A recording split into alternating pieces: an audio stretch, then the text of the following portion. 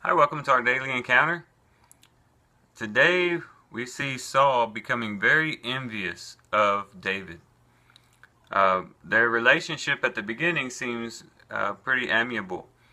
Uh, David would play the harp for Saul.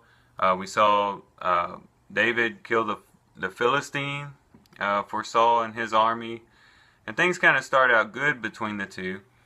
But as we get into chapter 18, we see that that relationship begins to sever, uh, particularly on Saul's side of the relationship. And what really provokes this is this song that the women sing as they came out to meet King Saul. And this was common in their day and age when a king was coming through, and an army was coming through after a battle, that the women would come out and entertain. They would play music and dance and things like that. And this is what they're doing, but it's not so much what they're doing, but what they're saying that bothers Saul quite a bit. They sing this. They say, "Saul has slain his thousands." That's a pretty good compliment. But then listen to this. "And David his 10,000s." And that really got Saul irate. It says in verse 8, "Then Saul became very angry, for this saying displeased him." And this begins a long process in which Saul tries to get rid of David. And it all really boils down to him being envious of him.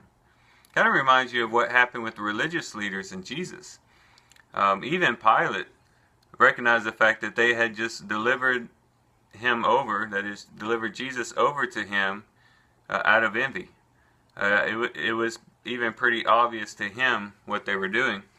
And we see envy becoming a very dangerous thing in scriptures, but in our lives as well.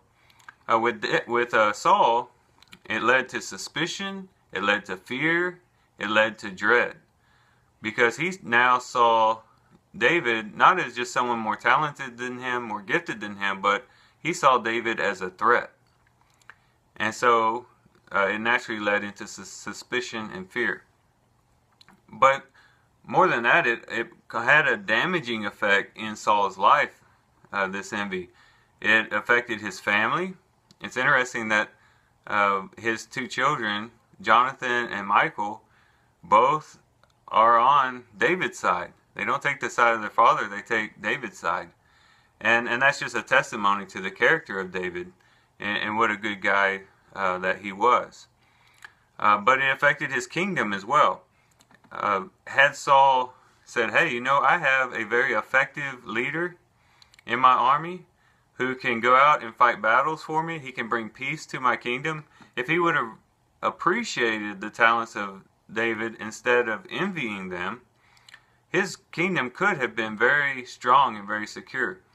But because of his envy, it would wreak a lot of havoc within his kingdom, and would eventually, as we get through the story, we'll see that it ends up in his own demise. He'll lose everything, including his life.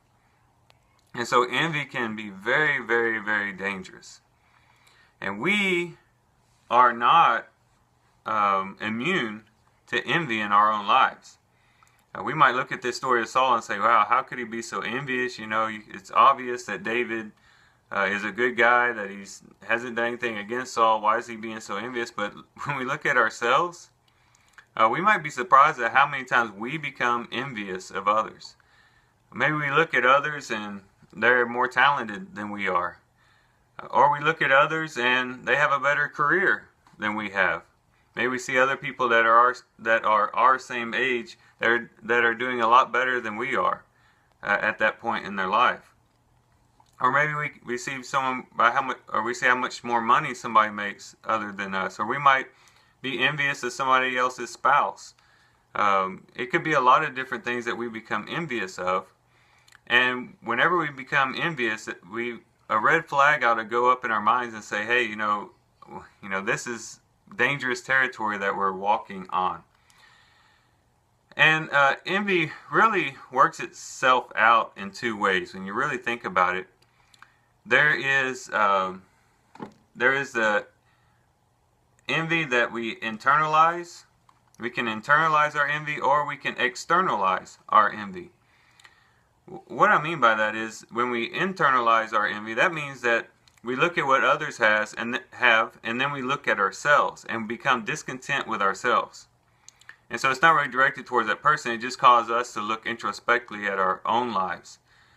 So you might look at maybe somebody else's ministry or their church, and then they have something really good going, and then you look around at your own ministry or what you have going on, and then you begin to look down on it. Or you see someone else's car, and you're not so much focused on their car, you just start looking at all the imperfections of your own car, or ways that your car doesn't measure up to their car. So you can internalize this envy, but you can also externalize it as well. And that seems to be what Saul's doing here. And that's where it's not so much that you wish you had as much as that person, but that you wish that that person had less.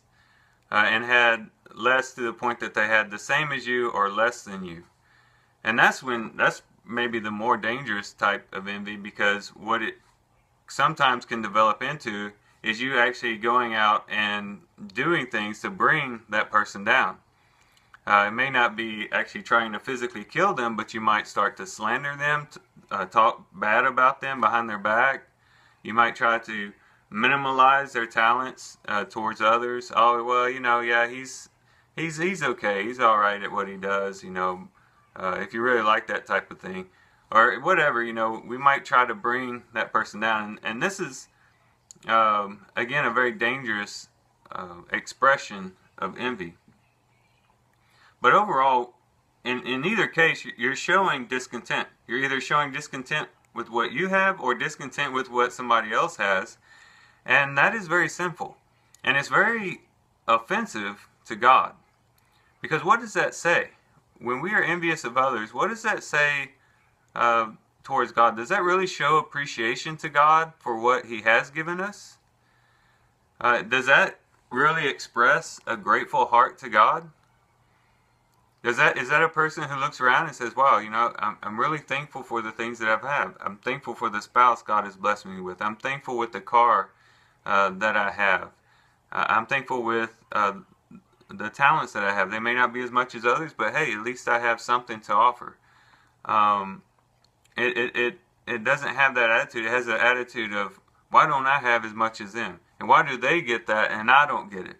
And it's a very, very selfish, discontented, ungrateful attitude. And it's something that's very serious and should be dealt with. I think a lot of times this is seen as kind of like one of the lighter sins on our scale. This isn't as bad of a sin as maybe like killing or any of the other things we might think of. But it is a very serious sin, and it's something that we should guard ourselves against. So how do we guard ourselves against it? That's a good thing to talk about. Well, what we need to do is not look so much at what other people have, and look around at what we do have, and begin to count our own blessings and see what God has done for us, and to recognize that God gives different people different things for different reasons, and God has given you what you have for a particular purpose and for a particular reason, and it's just up to you to be a faithful steward of what He has given you. And you never know, maybe He will bless you with more. But the main thing is that you are thankful and grateful for what you have, and you use it in the proper way and to the glory of God. So these are just some things to think about in connection to envy. This is one of those sins that can sneak up on us, and we can begin to get involved in it before we even recognize it. So it's important for us to look out for it from the beginning so that we don't get tangled up in it. So hopefully this has been helpful to you. I thank you guys for watching the video. I love you guys. I can't wait to see you here tomorrow. God bless.